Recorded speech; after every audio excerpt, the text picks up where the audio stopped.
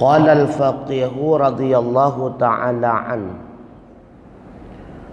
qad ishtarata an-nabi sallallahu alaihi wasallam fi qiyamil laili wa siyamin nahari al-imana wal ihtisaba wal imanu huwa tasdiqu bima wa'adallahu lahu minas sawabi wal ihtisabu ayyakuna muqbilan alaihi khasyi'an lillahi ta'ala. Maka berkatalah faqih radhiyallahu ta'ala an, sungguh telah mensyaratkan oleh Nabi sallallahu alaihi wasallam pada qiyamul laili dan pada siyamun nahari, yaitu pada berjaga malam dan berpuasa siang di dalam bulan Ramadan, yang disyaratkan oleh Rasulullah imanan akan iman, wahtisaban akan ihtisab. Apa itu iman? Dan bermula iman yang dimaksudkan di dalam hadis tersebut, dianya itu membenarkan dengan apa yang dijanjikan oleh Allah baginya daripada pahala. Dan ihtisab itu bahwa ada ianya itu menerima di atasnya hal keadaan khusyuk bagi Allah Subhanahu wa ta'ala. Jadi dalam satu hadis Rasulullah bersabda, man shoma ramadhana imana wahtisaba, imana wahtisaba, ujungnya ghufira lahu ma taqaddama min dzambi. Yang kedua, man qama ramadhana imana wahtisaba, ghufira lahu ma taqaddama min dzambi. Siapa saja yang puasa Ramadan dengan penuh keimanan wahtisabah dan dengan penuh pengharapan, ghufiralah, akan diampuni dosa-dosanya, ma taqaddama min dzambi, yang telah lewat. Begitu pula siapa yang mendirikan malam Ramadan, artinya mendirikan malam Ramadan dengan tarawih, dengan tadarus, zikir, i'tikaf dan sebagainya, juga ghufira lahu ma taqaddama min dzambi. Allah akan mengampuni segala dosanya yang telah lalu. Yang menjadi pertanyaan, apa itu imana di dalam hadis tersebut?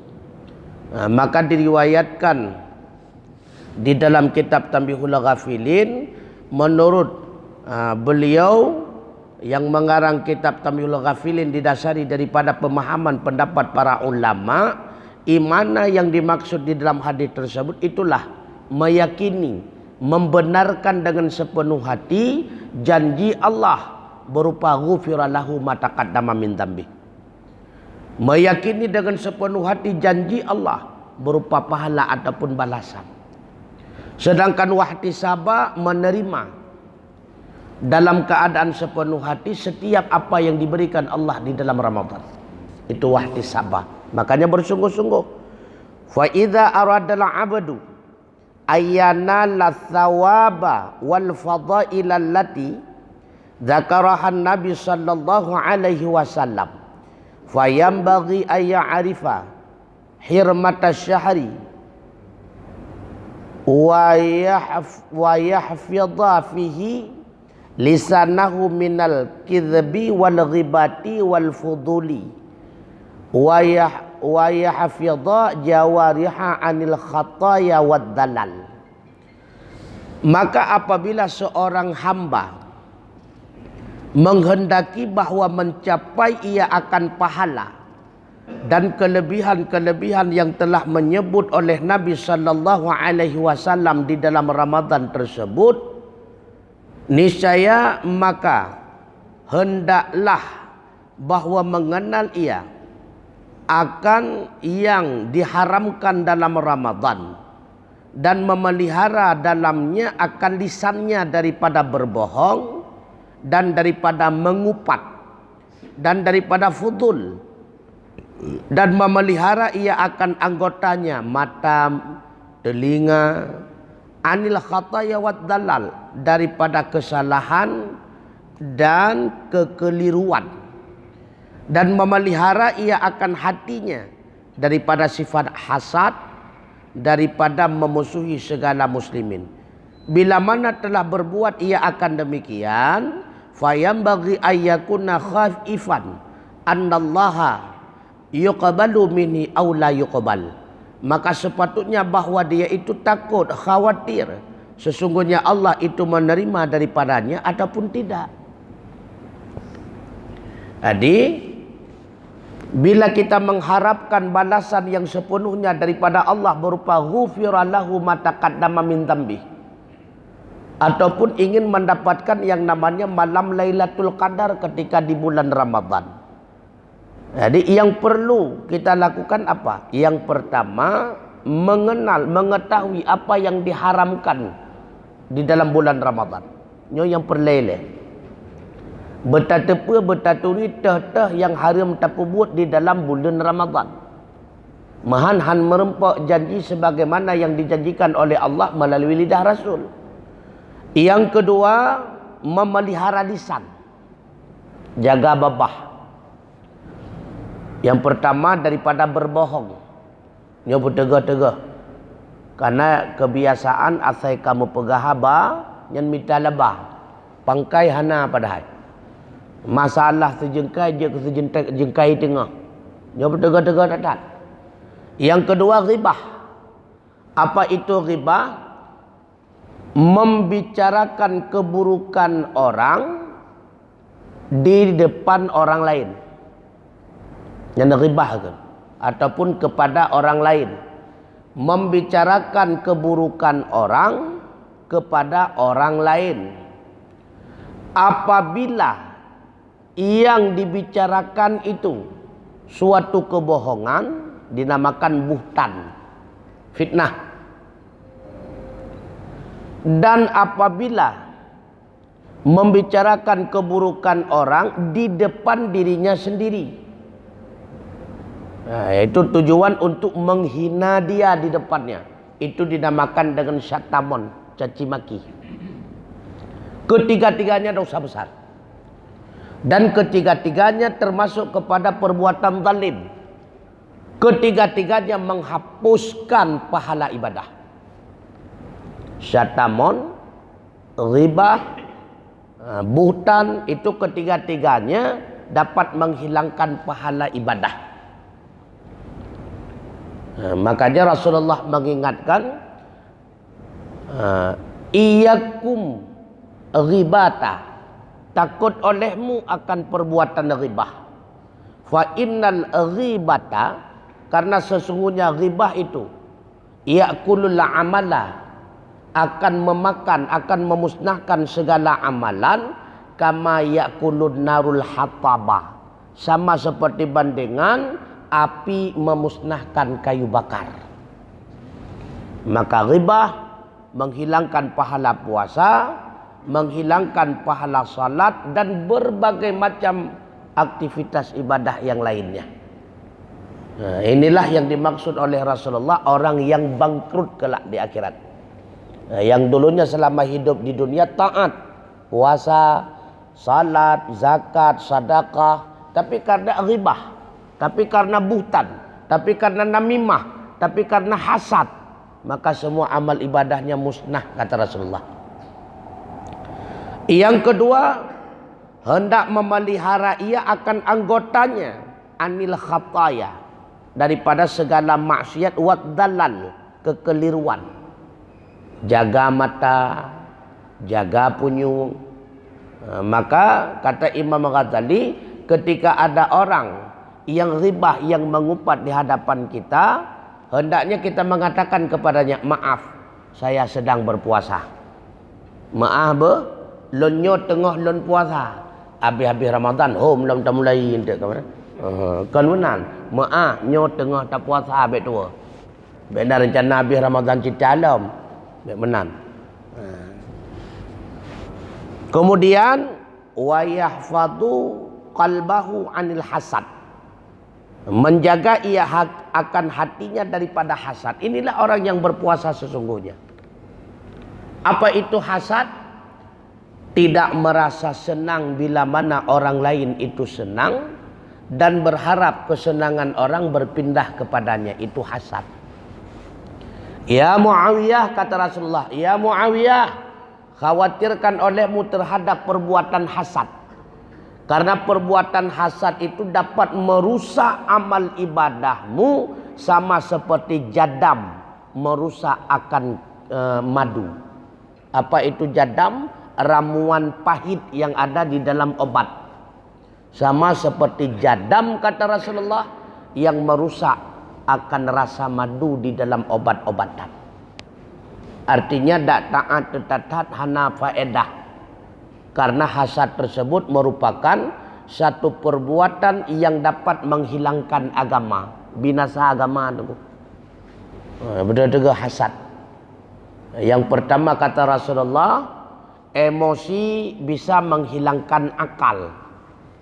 Makanya urang yang emosi hana beda ngurumpungo. Yang kedua, hasad. Iri dengki bisa menghilangkan agama, membinasakan agama.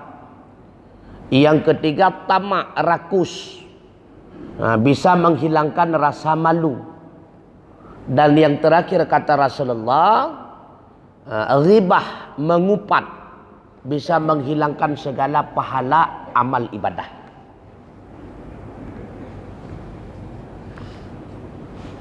Kemudian apabila telah melakukan demikian, telah mampu menjaga anggota, telah mampu menjaga hati, lalu perlu kita khawatir. Terkadang amal kebajikan yang telah kita lakukan tersebut belum tentu diterima oleh Allah. Inilah di antara tanda-tanda, kata Rasulullah, seseorang telah diterima amal ibadahnya. Pada tanda tiradra urang kagak terima amal ibadah, liah gepubut amal kebajikan tersebut, terasa kekhawatiran. Apakah Allah telah menerima ibadahku ataupun tidak? Itu tanda telah diterima. Tapi menyatakan dia tak buat ibadat santai, sulu bentang, seolah-olah si kabarotha kagak kaya. Padahal kalau kita diterima, yang pertanda kalau diterima ibadat kita. Begitu pula taubat. Apa tanda Allah Ta'ala telah menerima taubat kita? Setelah kita melakukan taubat, senantiasa kita was-was, gelisah, merasa khawatir taubat kita itu tidak diterima oleh Allah Subhanahu wa Ta'ala. Itu pertanda sudah diterima. Karena ketika kita memiliki kekhawatiran, pasti kita akan senantiasa memperbagus, memperbaiki, sehingga akan lebih baik kualitas taubat kita. Begitu pula ibadah. Awate was-was katanya nak terima puhana, nak terima puhana. Nyole katanya akan terperbaiki terus, memperbaiki kualitas amal ibadah, sehingga akan berada kepada tingkat yang lebih baik. Menyesantai mentang, lihat taubat santai mentang. Yang pertanda nak terima, lihat ibadat sulu mentang. Yang pertanda nak terima. Para sahabat tengku, ketika mereka itu keluar daripada bulan Ramadan, 6 bulan selanjutnya sampai berjumpa dengan Ramadan selanjutnya, 6 bulan selanjutnya selalu berdoa kepada Allah agar semua ibadah dalam Ramadan, khususnya ibadah puasa itu diterima oleh Allah. 6 bulan kemudian. Itunya menyena yang ke dalam tarawih, yang kesambungan Allahumma ja'alna bil imani kamilin, menyena. Lihatnya hanale, seolah-olah akan selesai. Para sahabat ketika keluar daripada bulan Ramadan, 6 bulan selanjutnya hingga berjumpa dengan Ramadan selanjutnya, selalu memohon dan berdoa kepada Allah agar semua amal ibadah dalam Ramadan diterima oleh Allah, utama amal ibadah puasa. Bahkan ragu, karena memang amal ibadah mereka telah diterima oleh Allah, makanya rasa kekhawatiran, takut-takut tidak diterima. Itu yang pekahana ragu membaca sipung kau dan diterima enggak? Hanya berdega-dega. Kemudian waqad dzukira an ma'dil hukama, dan sungguh disebutkan daripada sebahagian hukama, annahu kana yaqulu, bahwa sungguhnya berkata ia, ilahi ya Tuhanku, qaddamanta li sahibil musibati fid dunyal ajra, sungguh telah engkau menjamin bagi orang yang menimpa musibah di dunia akan berupa pahala, wa fil akhirati thawaba, dan di dalam akhirat berupa pahala. Ilahi ya Tuhanku, in radarta alaina hadzal saum, jika engkau kembalikan di atas kami ini puasa, fala tahrimna ajral musibah ya ma'rufal bil ma'ruf, maka jangan engkau halangi kami akan pahala musibah, wahai Maha yang lebih mengetahui dengan segala yang mengetahui. Ini dihikayahkan daripada sebahagian hukama bahwa seluruh para salafus salih, orang-orang yang taat kepada Allah, tiap malam berdoa kepada Allah Ta'ala. Berdoa seperti orang-orang saleh, seperti tabi'in, tabi'in. Ilahi qaddamanta li sahibil musibati fid dunyal ajra wa fil akhirati thawaba. Ilahi in radarta alaina hadzal saum fala tahrimna ajral musibata ya ma'rufa bil ma'ruf. Nyan doa baca. Ya Tuhan lon, drawan ya Tuhan karena menjanji ke kamu urang-urang yang kenang musibah dalam dunia nabi pahala. Begitu pula untuk di akhirat akan nabi pahala. Putra pahala dunia itulah hasanah udip bahagia. Putra pahala akhirat nabi syurga. Menyetekedi amal ibadat puasa yang tengah kamu buat, kadang sid hana tuang, kadang sid hana terima, kadang sid hanjir muka buat pi. Tapi ya Allah, yang pahala musibah dalam Ramadan tetap nabi ke kamu. Ya doa. Tak pahala musibah dalam Ramadan, hai pahala lagi tanya penderitaan yang terasa tengah malam tak bedah tahu. Tengah malam lagi tanya tak bedah i'tikaf, tahajud dan sebagainya. Tarawih lagi tanya tok 20 lay. Ini kan merupakan suatu musibah, suatu hal yang tidak menyenangkan secara lahir. Berat apalagi tak tunduk tak tenggerah bawa teuro, urau lagi nyotari. Hanya musibah. Maka ya Allah, bila hana terima pahala puasa kamu, yang pahala musibahnya ada kesabaran kamu nabi ya Allah. Dan doa. Doa uru-urawai kadang. Dan diriwayatkan pula oleh Abi Dzar Al-Ghifari radhiyallahu taala anhu qala, berkata ia, kami berpuasa beserta Rasulullah sallallahu alaihi wasallam. Maka manakala adalah malam yang ke-23 Ramadan, qama, berdiri ia Rasulullah dan salat ia Rasulullah sehingga berlalu sepertiga malam. Kemudian manakala adalah malam yang ke-24, lam yakhrud ilaina, Rasulullah tidak keluar kepada kami. Maka manakala adalah malam yang ke-25, keluarlah Rasulullah kepada kami dan salat Rasulullah dengan kami sehingga berlalu syatral laili, seperdua malam.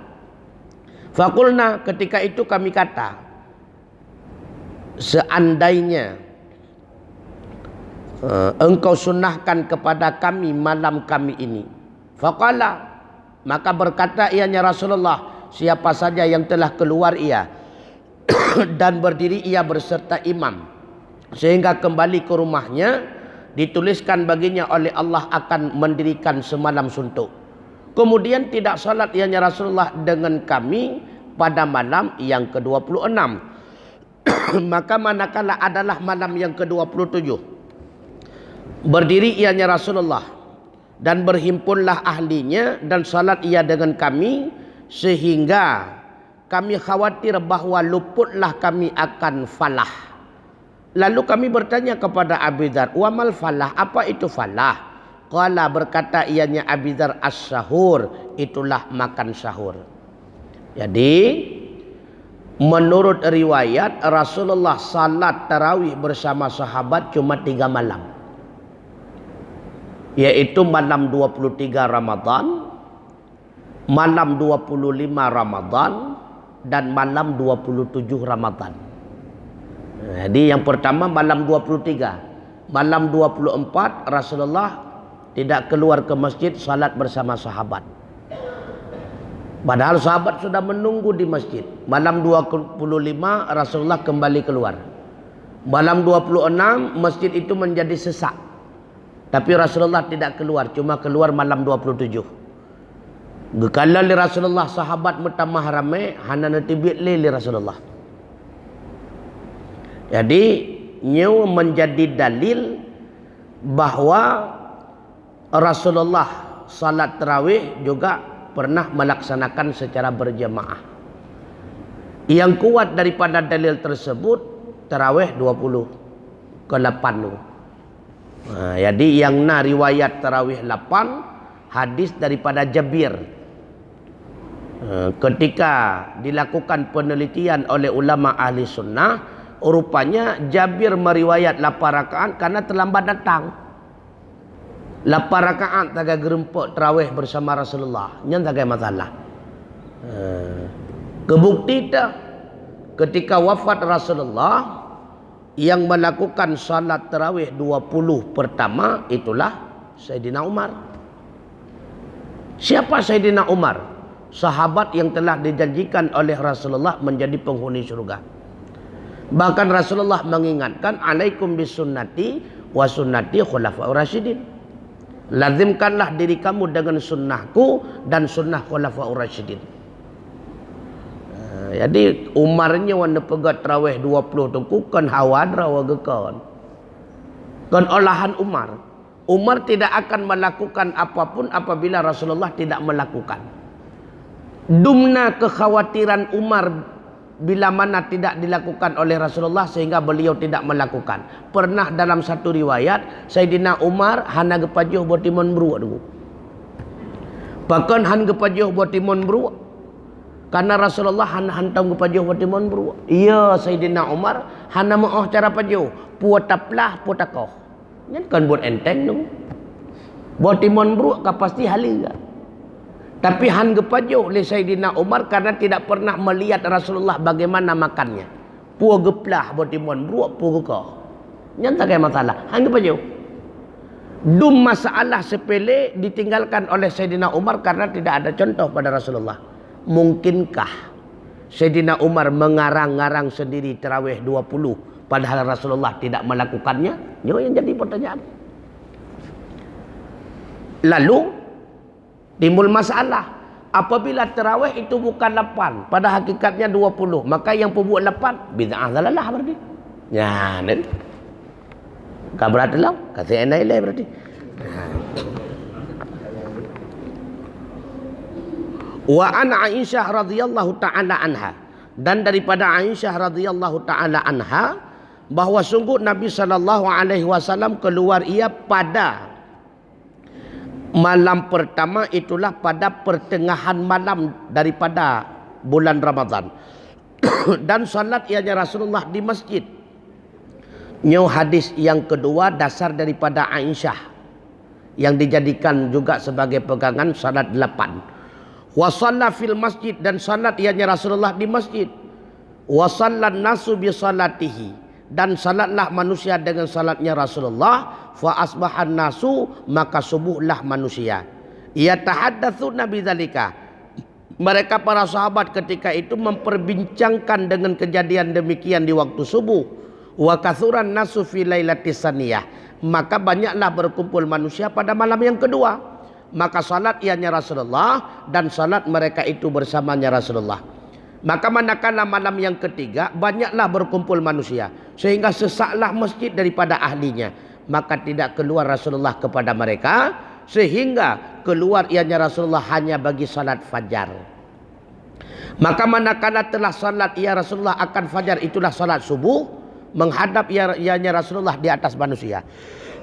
Wa qala, dan berkata ianya Rasulullah, lam yakhaf alayya sya'nukum lailah walakinni khashitu ayyu'adzima alaikumus salatul laili fata'jidu an dzalika.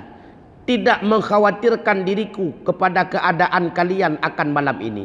Lun hana khawatir ke diri gata ke hanta tebiat sembahyang bersama lun yang hana kekhawatiran bak lun depekali Nabi. Karena apa? Lun kalian kata wahai sahabat lun cukup gemar ingin salat bersama lun. Hana khawatir lun. Yang lun khawatir putra takut-takut dengan kegemaran gata uronyo tak sembahyang sunnah bersama lun sembahyangnya akan dijadikan wajib oleh Allah Ta'ala. Nyo yang lu khawatir. Pakon lu khawatir, takut-takut, khawatir kagak wajib sembahyangnya. Hai, tak buat lagi tanda. Nyo kesebab Rasulullah tidak sepenuhnya salat tarawih bersama para sahabat. Khawatir Rasulullah tarawih itu diwajibkan oleh Allah. Sayang ke gedenya. Medum sembahyang 5 waktu, ada yang cedera mentang. Tarawih lah. Ya, berat takut.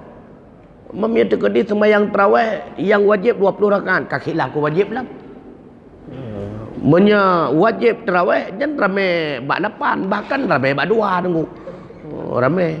Hai wajib tabak. Tambah leh jojo kan.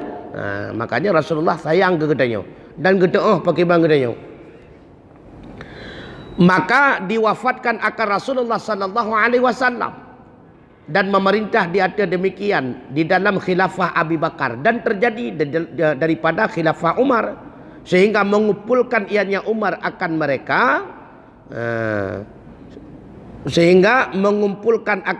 oleh Umar bin Khattab yang diperintahkan akan Abi bin Ka'ab radhiyallahu taala anhuma.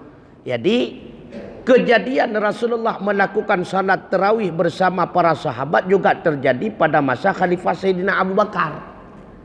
Cuma Abu Bakar tidak mengumpulkan jamaah untuk melakukan tarawih. Kejadian pertama mengumpulkan jamaah melaksanakan tarawih itulah Sayyidina Umar bin Khattab. Diperintahkan bakwatanya yaitu Abi bin Ka'ab. Pusapat urang tak pegat tarawih. Kemudian qala faqih. Makna faqih ini itulah tengku yang karang kitabnya. Syekh Nasir bin Muhammad bin Ibrahim As-Samarkandi. Pernah pegah li beliau telah memberi hadis akan aku oleh bapakku dengan isnadnya daripada Ali bin Abi Thalib radhiyallahu taala anhu bahwa sungguhnya Ali itu bersabda itu berkata hanya saja melakukan oleh Umar bin Khattab akan ini tarawih itu didasari daripada hadis yang mendengar ia daripadaku. Sayyidina Umar melaksanakan salat tarawih 20 rakaat dengan secara berjamaah nyenkan hasil hawa draw Sayyidina Umar kan. Persid Sayyidina Umar netanyang saran nilai bak Sayyidina Abu Bakar pakai bar. Bahkan netanyang saran bak Sayyidina Ali. Rupanya nejawab oleh Sayyidina Ali. Pernah jawab oleh Sayyidina Ali itulah hadis yang pernah dilakukan oleh Rasulullah. Ketika Sayyidina Umar mendengarkan satu hadis daripada Sayyidina Ali, maka dilakukanlah oleh Sayyidina Umar. Cok kebijakan Sayyidina Umar cukup hati-hati itu. Umar memang keras tapi dengan musuh. Kaitan dengan ibadat cukup hati-hati beliau. Kalau kita lemah, ikut musuh. Ngai ibadat keram kerum aja. Itu sebaliknya. Umar anak tu. Kemudian qalu wa ma huwa ya Amirul Mukminin. Lalu berkatalah para sahabat-sahabat yang lain bertanya kepada Sayyidina Ali, apa yang didengarkan oleh Sayyidina Umar daripada engkau wahai Amirul Mukminin? Qala, Sayyidina Ali menjawab, sami'tu Rasulullah sallallahu alaihi wasallam yaqulu inna lillahi ta'ala haulal arsy mudhi'an yusamma hadhiratul qadsi wa huwa min nuri fiha malaikatun la yuhsa adaduhum illallahi ta'ala ya'budunallah azza wa jalla ibadatan la yaftaruna sa'atan fa idza kana laili syahri ramadan ista'dzanu rabbahum ayanzilu ilal ardi fayasiluna ma'a bani adam fayanziluna kulla lailatil arda fakulu min mushihim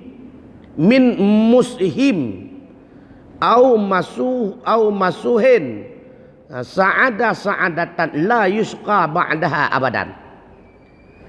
Pernah dengar Rasulullah bersabda menau, sesungguhnya milik bagi Allah Ta'ala pada sekeliling aras mudhi' satu tempat. Jadi sekeliling aras Allah nan pegat sebuah tempat yang gepenan tempat tersebut dengan Hadiratul Qudsi. Apa itu Hadiratul Qudsi? Dianya itu satu tempat yang terbuat daripada cahaya. Fiha malaikah. Di dalam tempat tersebut di sekeliling aras terdapat malaikat yang jumlahnya cuma Allah yang tahu. Malaikat tersebut selalu beribadat kepada Allah yang tidak pernah berkurang sedikit pun. Lalu kata Rasulullah, fa idza kana laili syahri Ramadan, ketika datang malam bulan Ramadan, malaikat-malaikat tersebut meminta izin kepada Allah untuk turun ke bumi. Tujuannya apa? Fayusalluna ma'a bani Adam. Mereka itu ingin salat bersama kita manusia. Maka turun malaikat tersebut pada setiap malam ke bumi. Maka siapa saja yang mendapatkan bahagian sa'adah, dia pasti akan bersa'adah. Artinya pasti dia itu akan mendapatkan salat bersama para malaikat tersebut. Dan orang yang telah mendapatkan sa'adah, salat bersama malaikat tersebut, tidak akan celaka selama-lama. Tiap malam. Yang malaikatnya tiap malam nak getren ke dalam rumah. Perbuat giat semayang dengan katanya. Mulai semayang maghrib, semayang insya, semayang tarawih, semayang witir. Maka siapa saja yang sempat satu saf bersama beliau, satu kelompok bersama beliau, bersama para malaikat tersebut, maka orang itu telah mendapatkan sa'adah, kebahagiaan. Orang yang mendapatkan kebahagiaan selamanya akan bahagia, tidak akan pernah syakawah, kata Rasulullah. Waktu geding hadisnya oleh Sayyidina Umar nyawa kesebab. Merasa gerangsang Sayyidina Umar ingin mengumpulkan para sahabat agar mendapatkan kesempatan semua salat bersama para malaikat tersebut. Nyawa ke alasan tepatlah manusia. Lalu faqala Umar radhiyallahu taala anhu inda zalika. Bahkan Sayyidina Umar berkata ketika itu, nanu ahaqqu bihadza. Kamilah yang lebih berhak dengan itu. Nyandubi semangat. Waktu dengar hadisnya Mbak Sayyidina Ali, kami berhak untuk mendapatkan balasan tersebut. Kami berhak untuk mendapatkan keistimewaan tersebut. Makanya bangkit semangat kumpul tu manusia. Maka berkumpullah, maka mengumpulkan ia akan manusia untuk melaksanakan tarawih. Nyokonyo dasar. Pusapat urung pubuat tarawih kali pertama itulah pada masa Khalifah Sayyidina Umar. Dan diriwayatkan daripada Ali bin Abi Thalib radhiyallahu taala anhu bahwa sungguhnya keluar ia pada malam daripada bulan Ramadan. Maka mendengar ia akan bacaan Al-Quran di masjid. Dan melihat ia Sayyidina Ali akan lampu-lampu yang menyala di dalam masjid. Faqala, maka berkata Sayyidina Ali, puanakun le Sayyidina Ali, bahawa Sayyidina Umar melakukan demikian, menghidupkan masjid, nepuhu lampu, punguh mandu masjid. Apa doa Sayyidina Ali kepada Sayyidina Umar? Doa Sayyidina Ali, nawwarallahu qabra Umar kama nawwara masajidina bil Quran. Mudah-mudahan Allah memberikan cahaya akan kubur Sayyidina Umar sebagaimana beliau itu memberikan cahaya masjid kita dengan Al-Quran. Dan diriwayatkan daripada Utsman bin Affan juga demikian. Rupanya mandung sahabat gemu doa sebagaimana Sayyidina Umar telah membuat masjid bercahaya berkilau, kiranya Allah membuat kubur beliau pula menjadi bercahaya. Subhanallah. Namun yang menjadi pertanyaan, pajan Lailatul Qadar kan? Kamu no kada pare. Lailatul Qadar malam istimewa. Pastinya diberikan hanya bagi orang istimewa. Nyo tagai. Maka yang perlu kita nyotan dro naruh lung dalam kategori urang istimewa. Menyogolom, maka giatkan usaha dengan ibadah agar kita menjadi orang yang istimewa. Tiban cara nyajut ke urang istimewa dalam Ramadan. Siang kita berpuasa sekaligus melaksanakan ibadah yang lainnya. Malam legetannya bedengut. Artinya iatikaf. Apalagi legetannya hino nak kepegat acara iatikaf. Tak i'tikaf di masjid, tak baca Al-Quran dan sebagainya, zikir dan sebagainya, insya-Allah dapat Lailatul Qadar. Pasti dapat. Cuma terkadang derawat sendiri hana ada depu tengah peristiwa. Tanya yang hana ada depu pada hanya tengah peristiwa Lailatul Qadar. Bila mana berbetulan, berpas-pasan sedang kita berdoa, rupanya itu sedang terjadi peristiwa Lailatul Qadar, subhanallah. Nyo yang perlu, maka menjaga malam. Cuma nagebite bak getanyo oleh Imam Ghazali. Putra gebite oleh Imam Ghazali. Nyo ada rumus kebiasaan daripada beliau. Kata Imam Ghazali, apabila malam pertama Ramadan, malam awal Ramadan itu jatuh pada malam minggu. Jadi awal kejadian pertama Ramadan jatuh pada malam minggu ataupun malam Rabu. Maka kebiasaan Lailatul Qadar malam 29. Yang kedua, apabila awal 1 Ramadan jatuh pada malam Senin, kebiasaan kata beliau Lailatul Qadar itu pada malam 21. Yang kebiasaan. Dan jika awal 1 Ramadan jatuh pada malam Selasa atau malam Kamis, lagi kita nyo berusaha Selasa, yang kenyang berat ingat. Malam Selasa atau malam Kamis, Lailatul Qadar malam 27. Nyo kajian siap malam 27. Awal 1 Ramadan malam Selasa atau malam Kamis. Kebiasaan kata Imam Ghazali Lailatul Qadar malam 27. Bila mana jatuh awal 1 Ramadan berpas-pasan dengan malam Jumat, maka Lailatul Qadar adalah malam 25. Kalau dengan malam Jumat. Apabila awal 1 Ramadan jatuh pada malam Sabtu, Lailatul Qadar berarti malam 23. Kita nyo awal Ramadan barosa pu malam. Kamis pu Selasa. Kamis. Berarti Lailatul Qadar pajan 27 insyaallah. Betul. Ini masalah alam tu. Yang kemudian rumus. Itu atas kebiasaan malam Lailatul Qadar yang didapati oleh Imam Ghazali. Itu rumus berdasarkan yang beliau dapati. Maka mulai itu malam kaji start. Nyo kasih peluang terakhir masa itu kuminanan. Pastinya Lailatul Qadar pada 10 terakhir. Bahkan takkan pastinya umum para ulama berkata demikian. Hakikat hanya Allah yang tahu. Kadang tika lewat malam pertama kadang. Hanya yang kau. Tapi kebanyakan para ulama mendapatkan malam Lailatul Qadar itulah 10 terakhir. Nyo masa final. Nyo kata mong masa final. Semifinal kalewat. Takalan tawa talu hina buat masa final. Untuk tahu.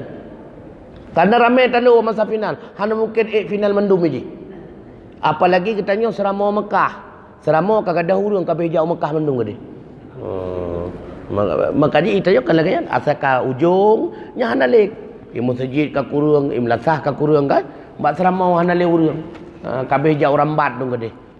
Jadi terbit ia Aceh bak serama pelung ke Mekah dia. Nyo umum. Makanya hana puhiran sehingga menjadi bahan renungan untuk getanyo mandub baik sampai getanyo talu lang finalnya. Semifinal telah kita lewati, masa penyisihan telah berlalu, nyo tinggal masa final. Nyo bak finalnya untuk puwa KO, puwa hana untuk tak kalah.